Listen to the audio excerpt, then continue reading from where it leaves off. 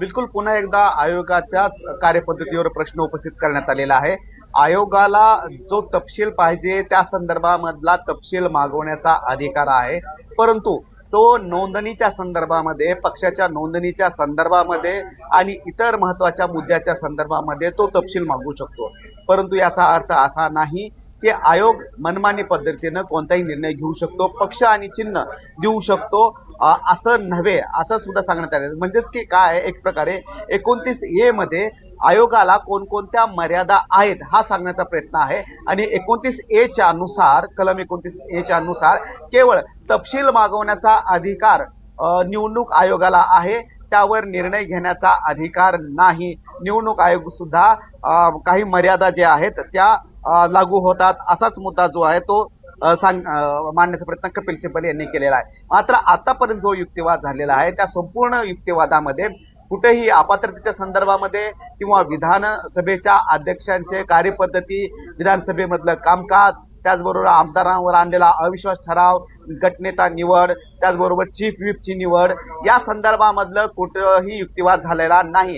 याचाच अर्थ आता साधारणतः 3:45 झालेत, अजून 15 मिनिट हा युक्तिवाद चालेल आणि त्यानंतर 4 वाजता कोर्ट जे आहे आपलं कामकाज थांबवतं. याचाच अर्थ की आजचा दिवस पण पूर्णपणे निवडणूक आयोगाच्या कार्यपद्धतीवरच कपिल सिब्बल यांनी युक्तिवाद केलेला आहे आणि पुढच्या वेळेस कपिल सिब्बल यांना अपात्रतेच्या संदर्भामध्ये, विधानसभेच्या अध्यक्षांच्या कार्यपद्धतीच्या संदर्भामध्ये युक्तिवाद करावा लागणार आहे. त्यामुळे आजचा दिवस सुद्धा असं म्हणता येईल की केवळ निवडणूक आयोगाच्या कार्यपद्धतीवरच आक्षेप घेण्यामध्ये कपिल सिब्बल यांनी घालवलेला आहे. अगदी अभय सर, कसं बघायचं याकडे?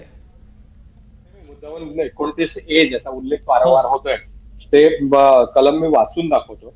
त्याच्यामध्ये 29A मध्ये उल्लेख जो आहे तो नोंदणी संदर्भात कपिल सिब्बल ज्याचा उल्लेख करतात, त्याच्यामध्ये registration with the election commission of association of bodies as political parties, any association or body of individual citizens of India calling itself a political party and intending to avail itself of the provisions of this part shall make application to election commission. आणि त्याच्याबरोबर द्यायची कागदपत्र असल्यामुळे ते कलमच याच्यासाठी लागू शकत नाही, असा त्यांचा साधारणतः युक्तिवाद आहे.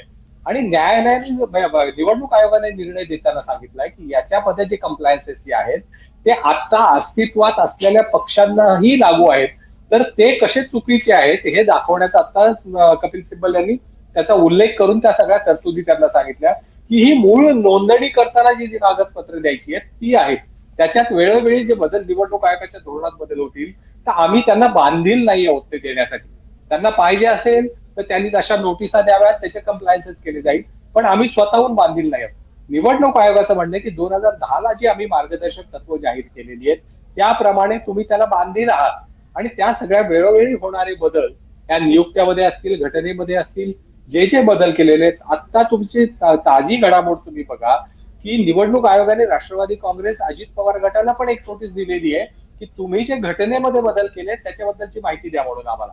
म्हणजे आता ज्याही नोटीस तेव्हा काही लोकांनी त्यांच्या नियुक्तीला निवडणूक आयोगाकडे आक्षेप घेतलेला आहे आणि त्या संदर्भात त्यांनी पत्र दिले.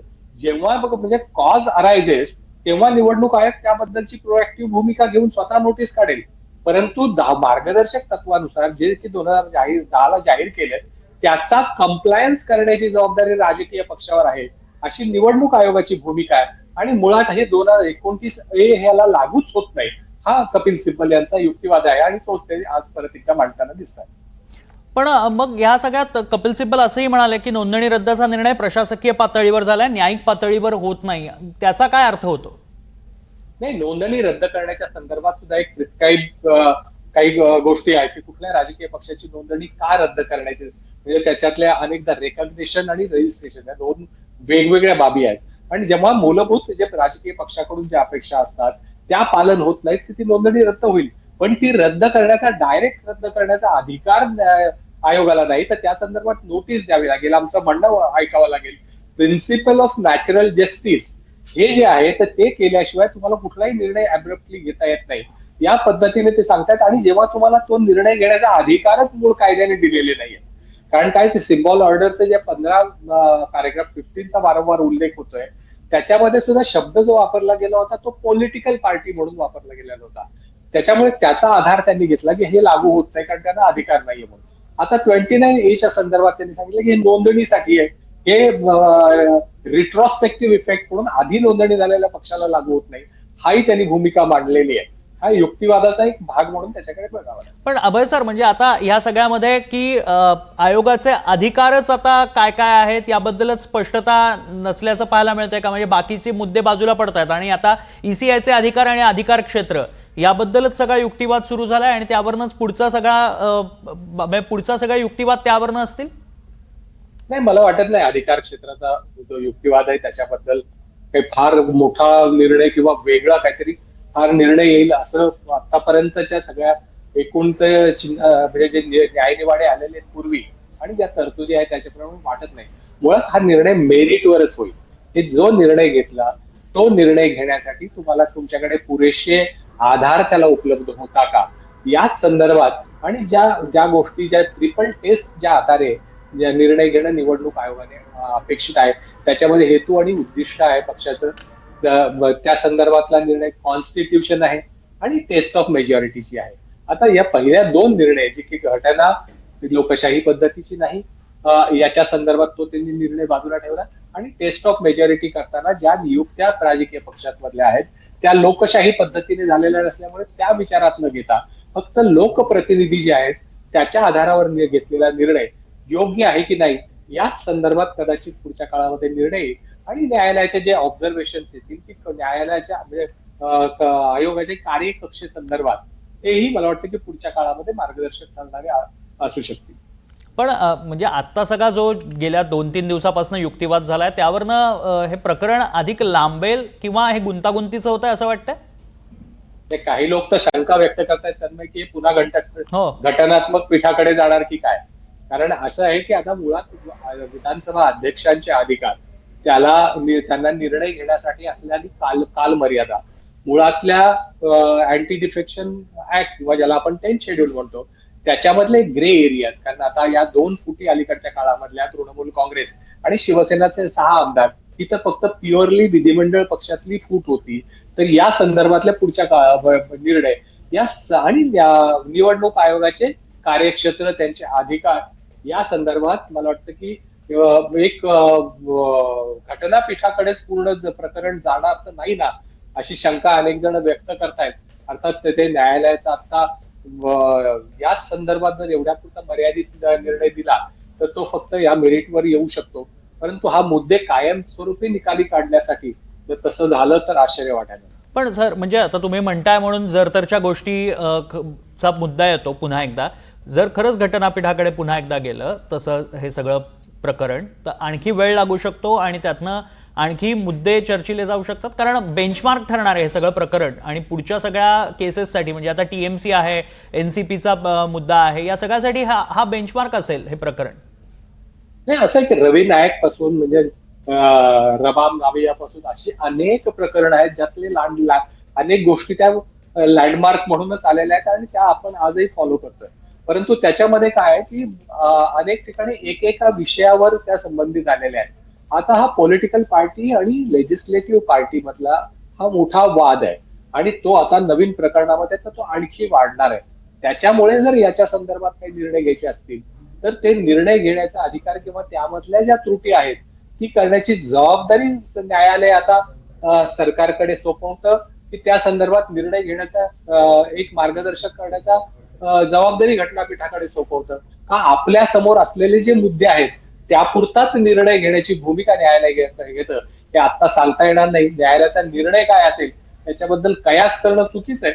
परंतु एक साधारणतः हे 2-3 विषयावर न्यायालय विचार करून या संदर्भातला निर्णय घेईल असं दिसतंय. पण साधारण आता समजा आजचा कपिल सिब्बलांचा युक्तिवाद आजचा शेवटचा असेल किंवा कपिल सिब्बल पुन्हा युक्तिवाद करतील या सगळ्या प्रकरणात की पुढची बाजू शिंदे गटाची असेल आणि निवडणूक आयोगाची. मला वाटतं की आज त्यांचा आर्ग्युमेंट पूर्ण कन्क्लूड करतील असं वाटत नाहीये. कारण लेजिस्लेटिव्ह पार्टीमधल्या फुटीच्या संदर्भात त्यांनी काही उदाहरणं दिलेली आहेत आणि जे ते 1 स्ट्रोक नाही वगैरे याचे उल्लेख आता आले. पण त्या संदर्भात आर्थिक तपशीलवार कदाचित ते आर्ग्युमेंट पुढच्या भागात करू शकतील. आजचं आर्ग्युमेंट संपल्यानंतर त्यांची भूमिका बघावी लागेल की एवढं पुरेसं आहे की हा अधिक तपशील त्यांना मांडायचा आहे. कारण मग त्याच्यामध्ये तो पूर्ण घटनाक्रम आहे जो म्हणजे आधीचे उपाध्यक्षांची नोटीस, त्याच्याबद्दल उपाध्यक्षांनी गटनेता आणि प्रतोद बदललेला दिलेला उपाध्यक्षाचे निर्णय, अध्यक्षांच्या निवडीनंतर त्यात झालेले बदल, या सगळ्या गोष्टींवर जर ते डिटेल युक्तिवाद करणार असतील तर कदाचित आणखी एक हिअरिंग त्या त्या त्या संदर्भात होईल, म्हणजे त्यांची बाजू मांडण्यासाठी जाईल असं दिसतंय. आणि त्यानंतर मग शिंदे यांच्या शिवसेनेकडून आपली बाजू मांडली जाईल. आता याच्यामध्ये निवडणूक आयोग त्यांची बाजू मांडण्यासाठी येणार का, त्यांना बोलवलं जाणार का, या संदर्भातही बघावं लागेल की न्यायालय या संदर्भात काय निर्णय घेतं. निवडणूक आयोग असंही सांगू शकतं की आम्हाला जो योग्य वाटला तो आम्ही निर्णय दिलेला आहे, त्याचा जो काही ज्युडिशियल रिव्ह्यू करायचा आहे तो तुम्ही करावा.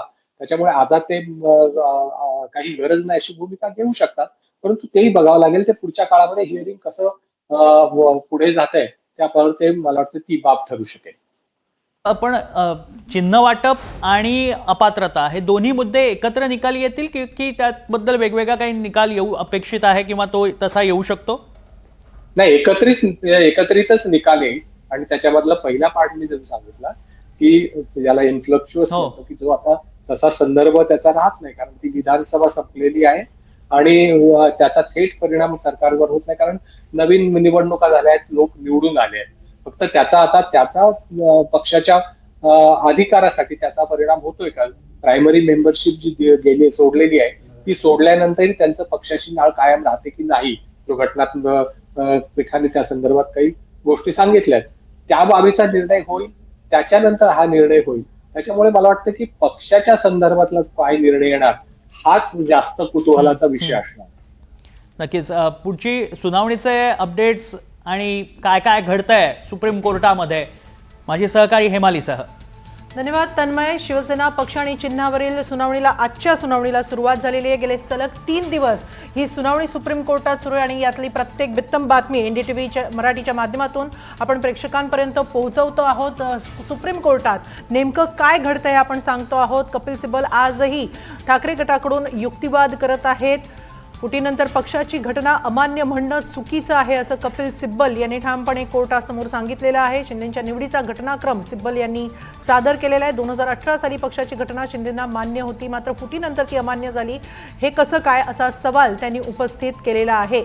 कार्यकारिणीवर कुणीही आक्षेप घेतला नव्हता असंही सिब्बल यांनी सांगितलेलं आहे. पक्ष संविधानानुसारच पक्षाचं काम चालतं असा दावा सिब्बल यांनी केलेला आहे. आजही कपिल सिब्बल यांच्याकडून हा युक्तिवाद सुरू आहे. शिवसेना पक्ष आणि चिन्हावरील आजची ही सुनावणी सुरू आहे आणि यामध्ये पुन्हा एकदा ठाकरे गटाकडून कपिल सिब्बल हेच युक्तिवाद करत आहेत. याबाबत आपण अधिक बोलूया. आपल्याबरोबर आहेत राजकीय विश्लेषक अभय देशपांडे सर. अभय सर, गेले सलग 3 दिवस आपण ही सुनावणी पाहतो. मागच्याही आठवड्यात 2 दिवस सुनावणी झालेली आणि कपिल सिब्बल हे प्रत्येक मुद्दे अगदी ठामपणे न्यायालयासमोर सांगत आहेत. काय वाटतं, हे मुद्दे जे मांडले जात आहेत ते शिंदे गटासाठी अडचणीचे ठरू शकतात का? या सगळ्या सुनावणीवरून पुढचं राजकीय चित्र काय दिसतंय? एक निश्चित आहे की मुद्दे त्यांनी वेगवेगळ्या त्रुटी आणि निवडणूक आयोगाचा निर्णय आहे तो निर्णय कसा कायदेशीर नाही, त्याला कायद्याचा आधार नाही, जे कायद्याचा आधार ज्या निर्णयाचा आधार घेतलेला आहे तोही कसा या प्रकरणाला लागू होत नाहीत, या सगळ्या बाबी निदर्शनास आणण्याचा प्रयत्न केलेला आहे. त्याचवेळी त्यांनी सांगितलं की जी घटना तुम्हाला मान्य होती पूर्वी ती तुम्ही आता कशी काय अमान्य करू शकता. म्हणजे ज्या घटनेप्रमाणे उद्धव ठाकरेंचं पद आलं तसं त्याच घटनेने तुमचंही पद आलेलं आहे, तर ते चुकीचं असेल तर हे बरोबर कसं हे सांगण्याचा प्रयत्न आहे. एक निश्चित आहे की न्यायालय ह्याच्या संदर्भात काय भूमिका घेणार. म्हणजे समजा एखाद्या पक्षाची घटना ही लोकशाही तत्वाला धरून नसेल तर ती मी मान्य केली काय आणि नंतर नाकारली काय, याच्यामुळे ती घटना लोकशाहीवादी ठरत नाही ना. त्याच्यामुळे या संदर्भात न्यायालय काय भूमिका घेतं हे बघावं लागेल. दुसरं असं आहे की त्या घटनेसंदर्भात काही आक्षेप असतील तर ते आक्षेप त्या पक्षाला नोटीस देऊन त्यांच्याकडून जाब मागितला पाहिजे, त्यांना ती त्रुटी दुरुस्त करायला सांगितले पाहिजे, त्यांची बाजू ऐकली पाहिजे. असं न करता तुम्ही एक पक्ष उचलून दुसऱ्या गटाकडे कसा काय देऊ शकता, हा युक्तिवादही त्यांनी केलेला आहे. याही संदर्भात न्यायालयाला निर्णय द्यावा लागेल की ही जो निर्णय आहे तो घटनेच्या ती टेस्ट जी आहे ती अमान्य पुन्हा एकदा तुमच्या